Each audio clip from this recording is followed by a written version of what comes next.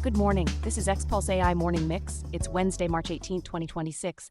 Today, Nvidia puts a jaw-dropping number on its chip roadmap. Memory supply gets very real for Rubin, and we've got moves in biotech, policy, and creative AI. I'm joined by Orion, ready to jump in? Ready, let's do it. Orion, Axios reported on March 16th that Jensen Huang said Nvidia could generate at least $1 trillion through 2027. What exactly did he claim?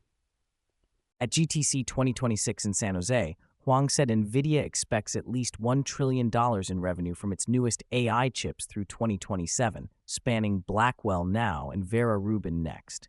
He also emphasized the shift toward inference and Nvidia selling full systems, chips plus racks and infrastructure for agentic AI deployments.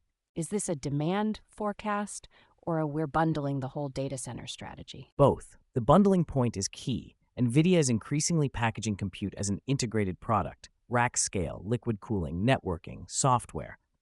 If customers buy an AI factory rather than parts, Nvidia captures more spend per deployment.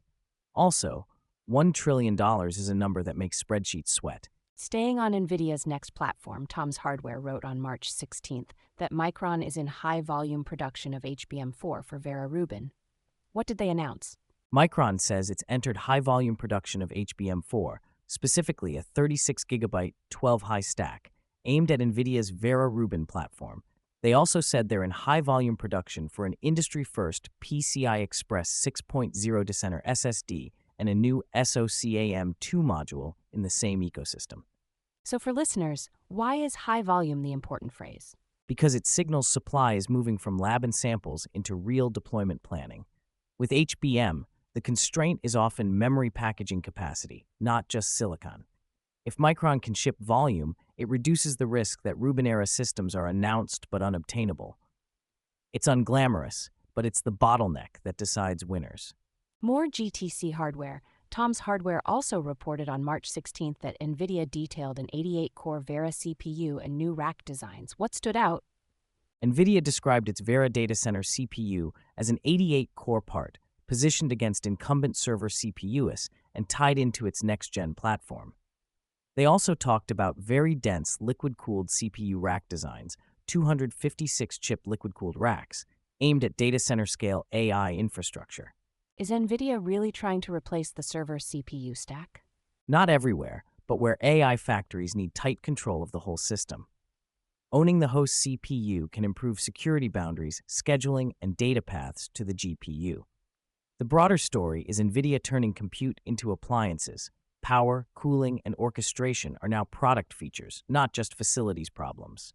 Switching gears to life sciences, Nvidia's newsroom post on March 16th expanded its open model families, including BioNeMo. What's new there? Nvidia highlighted expanded open models for healthcare and life sciences under BioNeMo, including Proteina Complexa for protein binder design. They also announced a new open dataset of AI-predicted protein complexes developed with collaborators including Google DeepMind, plus a GPU-accelerated simulation engine called nvQSP for pharma scenario exploration. Are real biotech teams actually using this, or is it mostly demo work? Nvidia named users, Novo Nordisk, Viva Biotech, and Manifold Bio, among others, working with Proteina Complexa. The practical shift is that open here isn't just weights, it's models plus datasets plus simulation tooling. That's what lets labs test ideas faster without rebuilding the stack from scratch. Policy News Axios reported on March 16th that tech industry groups want a court to pause the Pentagon's Anthropic supply chain risk designation. What's happening? Major tech industry associations filed an amicus brief urging a court to temporarily halt the Pentagon's designation of Anthropic as a supply chain risk. Anthropic is suing to challenge that label, and Axios says a hearing on temporary relief is scheduled for March 24th. The label can affect whether government contractors can use Claude. What's the bigger ripple if the designation stands? It creates a procurement template, the government effectively picking acceptable AI vendors through supply chain rules. That can spread quickly across agencies and contractors, even beyond Anthropic. For enterprises, it's a reminder that model selection isn't only about quality and cost. compliance risk can decide your default provider. On the creative side, Nvidia's newsroom on March 16th says Adobe and Nvidia are expanding their partnership around Firefly. What did they commit to? They're aiming to build the next generation of Adobe Firefly Foundation models using NVIDIA accelerated computing and AI software, including CUDAX and NeMo. They also plan agentic creative and marketing workflows, plus a cloud-native, brand identity-preserving 3D digital twin solution built on NVIDIA Omniverse libraries. Where does this show up for an enterprise buyer? What changes? Adobe says Firefly Foundry will integrate NVIDIA tech to support enterprise-grade custom models for commercially safe content at scale. Translation: more organizations will train and deploy brand-specific generators with tighter control and less fear of, oops, that looks like someone else's logo. Compliance meets creativity. Fun party. Lots of paperwork. Let's sweep up the rest of the big ecosystem moves. What's happening at the network edge? NVIDIA and T-Mobile, with Nokia and partners, said on March 16th they're piloting AIRAN-ready edge infrastructure for physical AI. T-Mobile is testing NVIDIA RTX Pro 6000 Blackwell Server Edition, and developers are building vision and reasoning agents using the Metropolis blueprint for video search and summarization, while keeping 5G services running. And in transportation, anything concrete beyond slide decks? Also March 16th, NVIDIA announced an expanded partnership with Hyundai Motor and Kia on DRIV Hyperion. They're planning Level 2 Plus deployments in select vehicles and Level 4 robotaxi work through Motional, combining fleet data with NVIDIA's accelerated computing. It's a long road, but the data flywheel is the asset.